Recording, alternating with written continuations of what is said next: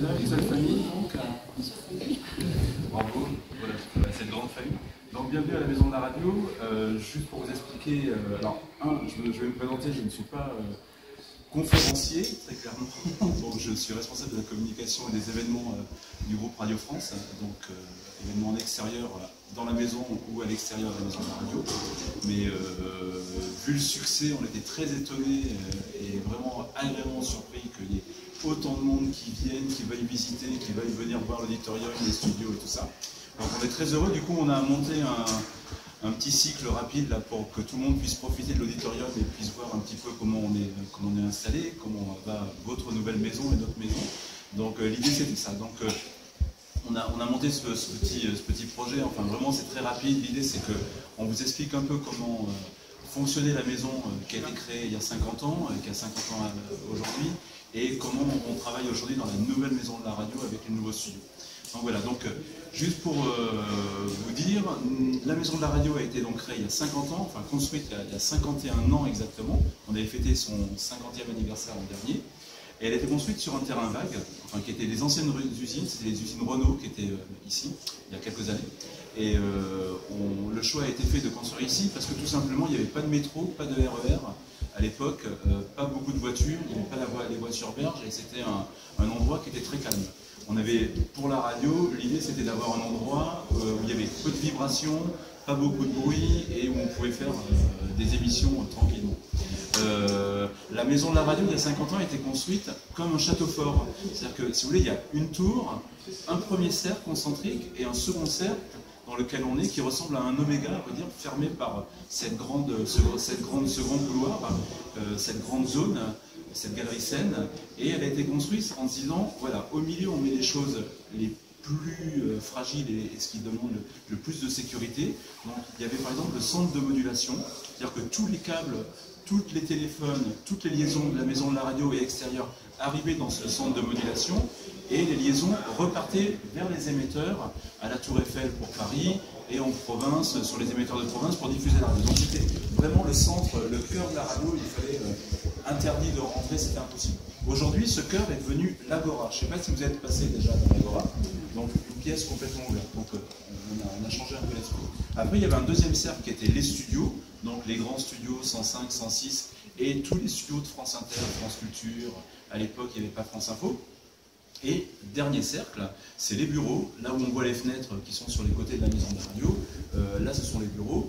Plus on est à l'extérieur, donc moins on était embêté par le bruit. C'est une maison qui était construite hyper moderne. Il y a, par exemple, toutes les fenêtres ici, c'était les plus grandes fenêtres de France à l'époque, enfin les plus grandes vitres de France. Il y avait les fenêtres dans les bureaux sont des fenêtres qui s'ouvrent d'une façon un peu particulière, qui s'ouvrent sur deux côtés comme ça, et qui sont deux épaisseurs de vitres, avec un vide au milieu, donc quand on ferme, on n'entend plus rien, et il peut se passer n'importe quoi dehors, on n'entend rien. Donc c'était vraiment une maison ultra moderne. Alors donc, cette maison a vécu, au bout de 40 ans, il y a eu le World Trade Center. Du coup, à ce moment-là, la commission de sécurité est passée et s'est rendu compte que la maison vieillissait un peu et qu'elle pouvait brûler un peu plus vite que prévu.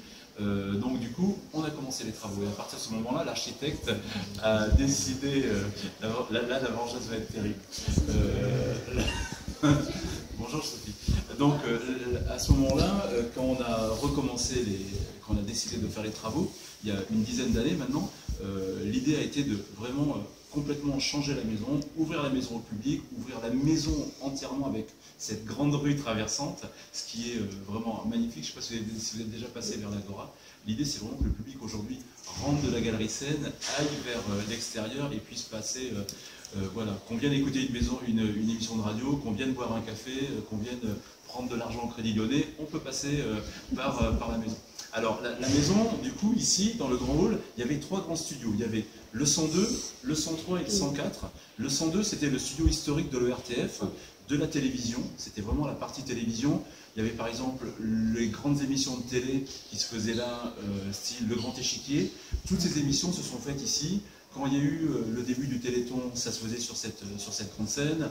Coucou c'est nous, toutes les émissions de TF1 qu'à l'époque se faisaient ici. C'était un endroit qui était vraiment télévision. Après il y avait le 103 qui était au milieu, au niveau de la rue traversante aujourd'hui, qui était un studio de répétition. Donc les orchestres, nos deux formations musicales, les chœurs et la maîtrise, venaient répéter ici. Et le 104, qui est tout à fait au bout, qui était un studio dédié à la musique classique, donc l'orchestre philharmonique, l'orchestre national, les chœurs, la maîtrise venaient jouer dans cette grande salle. Mais ce qui s'est passé, c'est qu'au bout de quelques années, France Inter a décidé aussi de faire des concerts beaucoup plus rock. Donc il y a eu Sting, il y a eu Téléphone, voilà, on a fait de cette salle un lieu un peu plus, entre guillemets, rock'n'roll. Ça faisait musique classique et musique de variété. Donc quand l'architecte a pris la maison en main, il a dit je casse le 102, le 103, plus rien, vraiment cassé, c'est-à-dire que c'était vide, comme un terrain vague, mais vide. Et là, il a fait créer l'auditorium et il a fait cette grande rue traversante qui permet d'accéder à la droite. Donc l'auditorium, pour revenir à l'auditorium compte 1400 places. C'est un auditorium qui a été créé comme une arène. Vous allez voir, quand vous allez rentrer, c'est assez exceptionnel. L'orchestre est au cœur de l'auditorium, vraiment en bas, enfin en bas, ça c'est normal, mais vraiment au cœur du public. Le public est complètement autour et encercle les musiciens, et chaque spectateur, le spectateur le plus loin, le plus éloigné des musiciens, est à 17 mètres. Et du coup, c'est vrai c'est très proche, on a l'impression d'être à la place du chef ou à la place des musiciens. On a toujours l'impression de pouvoir tourner la partition du violoniste. Donc ça, c'est assez rigolo parce qu'on est très très proche. Alors il y a des places qui sont en plus à l'arrière, comme on entoure complètement l'orchestre. Et les places à l'arrière, c'est super parce qu'on a l'impression de voir le chef et d'être musicien. Donc ça fait 1400 places. C'est des bois précieux, il y a du bouleau, du hêtre et je crois du merisier, si mes souvenirs sont bons, qui permettent de construire, qui ont décoré, vous allez voir, le magnifique auditorium. Et l'idée c'est que le son monte et complètement au-dessus il y a une canopie, c'est une espèce de cuillère renversée, c'est le dos de la cuillère qui permet de redispatcher, renvoyer le son vers les étages. Et vous allez voir, c'est un endroit vraiment exceptionnel. Et dernière chose, la maison est ouverte au public, donc c'est vrai que vous êtes les bienvenus, et c'est vraiment la maison de la radio et la maison du public. Et ici, dans le jardin, il y a un petit souvenir, on a monté pas mal d'opérations en France et à l'étranger, et une des grosses opérations, un des grands souvenirs de Radio France, c'est qu'on avait fait une journée entière à Berlin pour les 20 ans de la chute du mur, et en cadeau, à la fin de cette journée, on était resté une journée, 24 heures en direct de Berlin. Et on avait travaillé avec la radio allemande, et le patron de la radio allemande nous a fait un joli cadeau. Il nous a offert un morceau du mur de Berlin qui est juste dans le jardin que vous voyez ici. Donc voilà, donc c'est un vrai morceau du mur. Donc voilà. Alors, l'architecte c'est Architecture Studio et Monsieur Bonne, voilà. Et en revanche l'acousticien c'est Monsieur Toyota. Ça c'est l'acousticien, c'est lui qui a conçu acoustiquement la salle. Voilà, je vous propose de rentrer, restez plutôt premier rang, descendez pas trop dans les gradins, et je crois qu'en plus les répétitions vont bientôt commencer, donc on va pas rester très très longtemps. Allez-y, rentrez, vous allez voir. N'avez-vous pas le coup Le 104 il est en répétition, là, les musiciens du concert de l'anniversaire, et on peut vraiment pas rentrer. Là vous êtes au premier de la fin.